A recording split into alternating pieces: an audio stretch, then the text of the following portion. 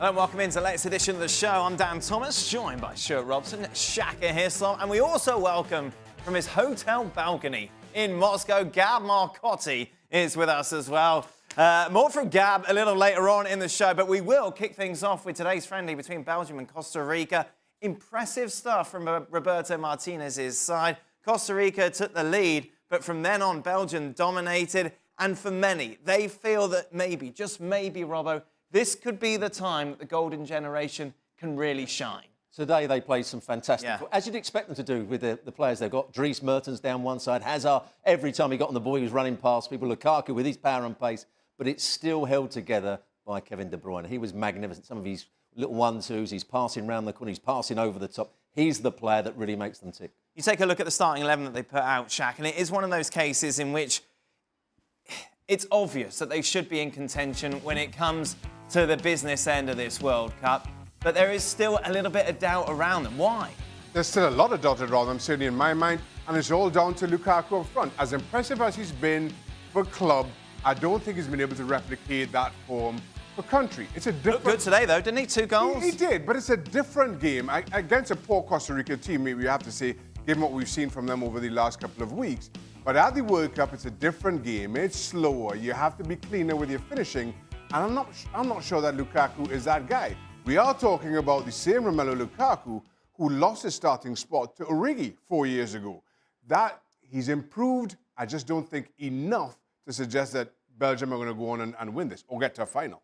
I wouldn't say that's their weakness. Their weakness could be the wing-backs. Carrasco, who's really a left winger, playing at left wing-back. He looks like he's going to start. Meunier down the other side. He's a decent player, but he's not a top-class player. And Alderweireld, you know, I think is a wonderful player, but over the last year, he hasn't played that much football. He hasn't been in Tottenham's side. I think he's lost that little bit of confidence. And Boyata as the middle centre-half in a back three, they would be the weaknesses for me.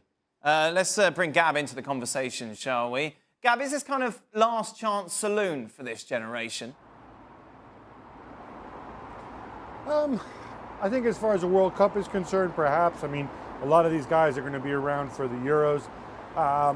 I think it's perhaps last chance saloon for playing a certain type of Belgian football that we saw under Wilmots, and hopefully it's going to be version 2.0, the improved version under Roberto Martinez. But, you know, I was listening to what you guys were saying about Lukaku, and I think the challenge is going to be, and we'll find out while he's done it, Lukaku gets a very different type of service at Manchester United than he does with Belgium.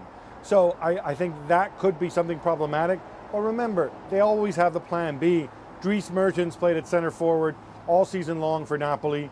Might that be something that Roberto turns to if Lukaku isn't firing? What's success, Robbo, for Belgium this tournament? How far do they go and you think, yeah, they fulfilled their potential? I think they have to get to the semi-finals. With the squad that you've just seen, with the amount of players that they've got that I would think are verging on world-class players, and we're talking about Hazard, we're talking about De Bruyne, and I still don't think Lukaku's a problem for them. They've got Batshuayi to come on if need be.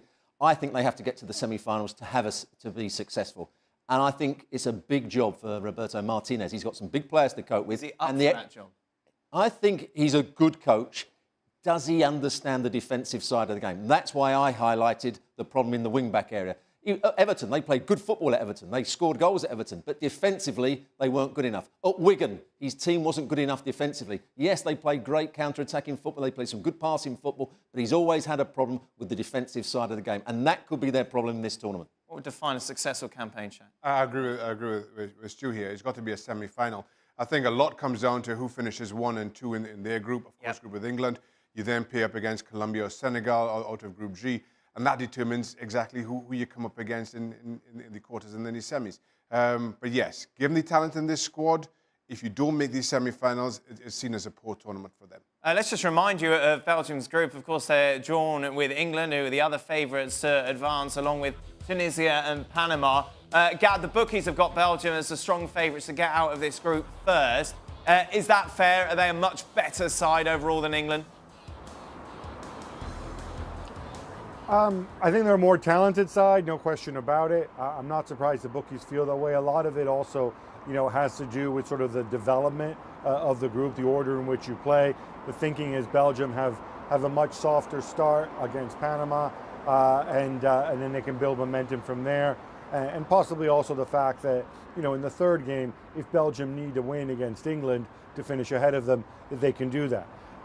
You know, right now there's no doubting Belgium's talent, whereas England are probably behind, certainly in terms of the arc of progress that they're trying to get to. Let's switch our conversation to England, because some interesting